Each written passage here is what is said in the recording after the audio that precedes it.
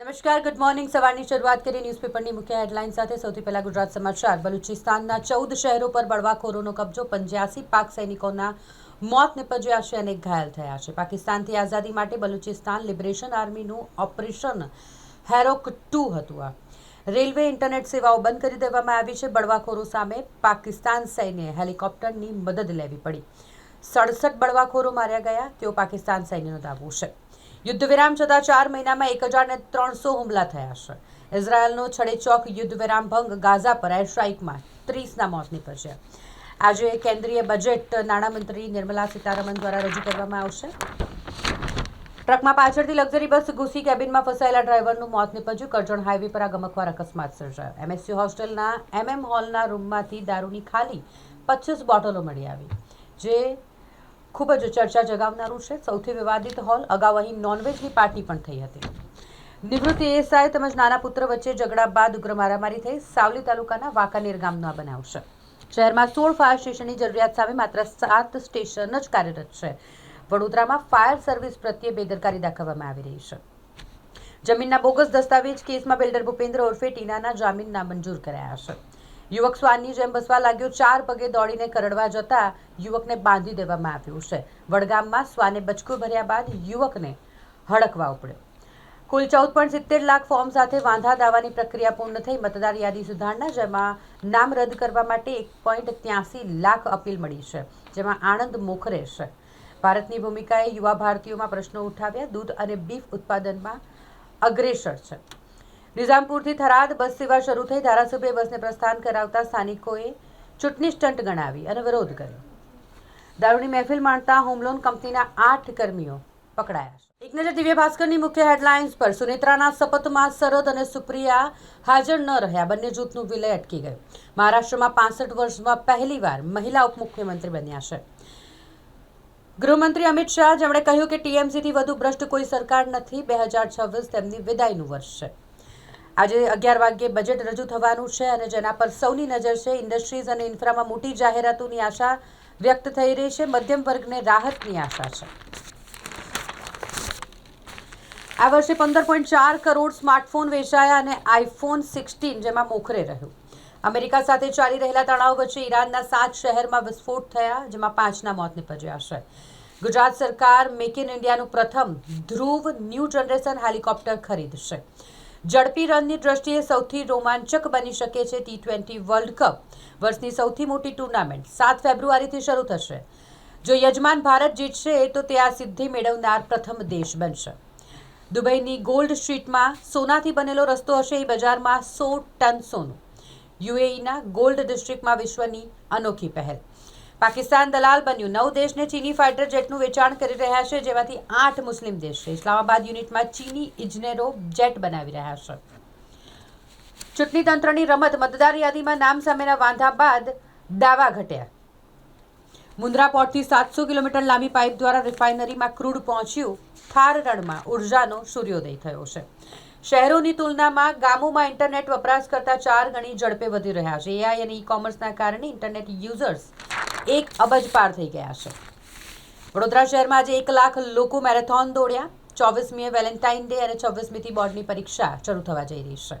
બીએપીએસનો ઉત્સવ. મેનેજમેન્ટનો મહાસાગર. સૈન્ય જેવો કાયદો, નાગરિકોની વ્યવસ્થા. વડોદરામાં મહંત સ્વામીની 92મી જન્મજયંતિ. એક સાથે 2 વિશ્વ વિક્રમ અહીં રચાવાના છે. એક નજર ગુજરાત મિત્રની મુખ્ય હેડલાઇન્સ પર. ફેબ્રુઆરી ગરમ રહેવાની હવામાન વિભાગે આગાહી કરી છે. શિયાળુ પાક પર સંકટ તોડાઈ રહ્યું છે. કાશ્મીરમાં કડકડતી ઠંડી પડશે. હિમાચલમાં યલો એલર્ટ આપવામાં આવ્યું છે. દિલ્હીની હવાની ગુણવત્તા નબળી શ્રેણીમાં પહોંચી ગઈ છે. બજેટ 2026. નિર્મલા સીતારમણ 75 વર્ષ જૂની પરંપરા તોડશે. પહેલીવાર રવિવારે કેન્દ્રીય બજેટ રજૂ કરવામાં આવશે. બીએલએના 12 સ્થળોએ હુમલા. 10 સુરક્ષાકર્મીઓના મોત નીપજ્યા છે. બલુચિસ્તાન રણ મેદાનમાં.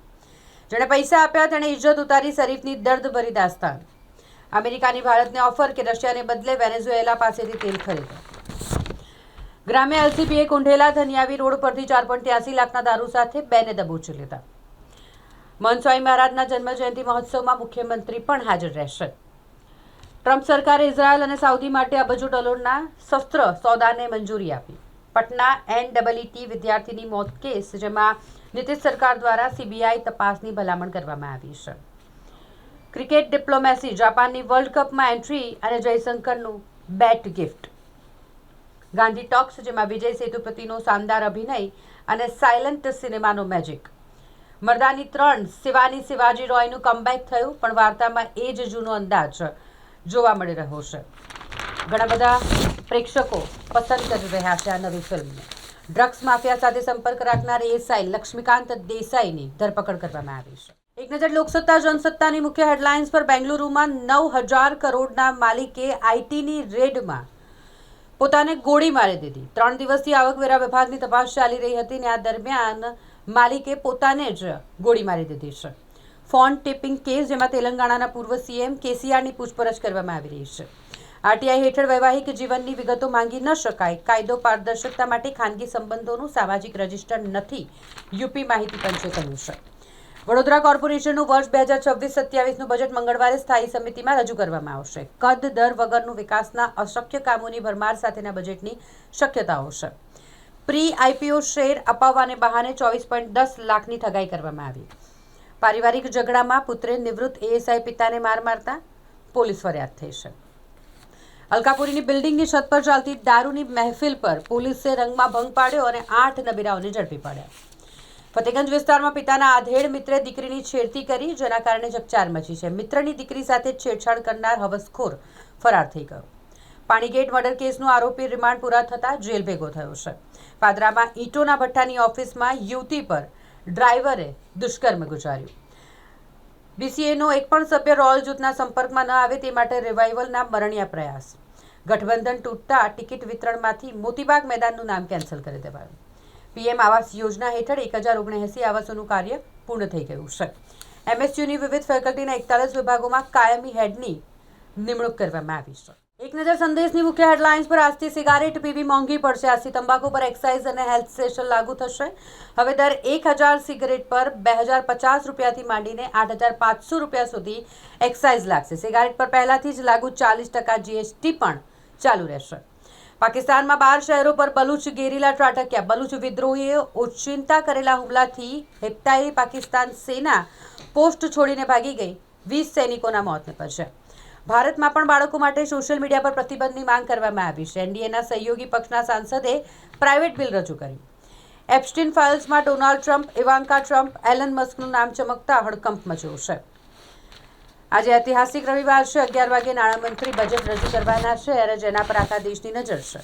3જી તારીખે સ્ટેન્ડિંગ કમિટીમાં કોર્પોરેશનનું 7,400 કરોડનું બજેટ રજૂ થવાનો અંદાજ છે. પૂર્વ કોર્પોરેટરના પુત્રને દબાણ હટાવવા કોર્પોરેશને નોટિસ ફટકારી છે. મ્યુનિસિપલ કમિશનરે દબાણો સામે સપાટો બોલાવ્યો છે. વડોદરામાં વાદળછાયું વાતાવરણ છવાયું છે, જેના કારણે શરદી, ખાંસી અને કફના દર્દીઓ વધી ગયા છે. મિશ્ર વાતાવરણને લઈને બીમારીનું ઘર ઊભું થયું છે. 1992માંથી 1966 જાય તો 26 નહીં 50થી વધુ થાય. જિલ્લા ચૂંટણી તંત્રનું આ કહેવું છે. એસઆઈની આડેધડ કામગીરી કે જેમાં બિનજરૂરી નોટિસ પાઠવવામાં આવી છે. હવે સુરતમાં બાળ તસ્કરીનું રેકેટ. 10 દિવસની બાળકી સાથે 2 મહિલા ઝડપાઈ. લાખથી લઈને 5 લાખમાં ખરીદ વેચાણનો આ ધંધો ચાલતો હતો. રાણપુર નાગેનેશ વચ્ચે ગમખ્વાર અકસ્માત સર્જાયો. ટ્રક અને ઇકો વચ્ચે આ ગોજારો અકસ્માતને જેમાં ઘટના સ્થળે જ 4 લોકોના મોત નિપજ્યા.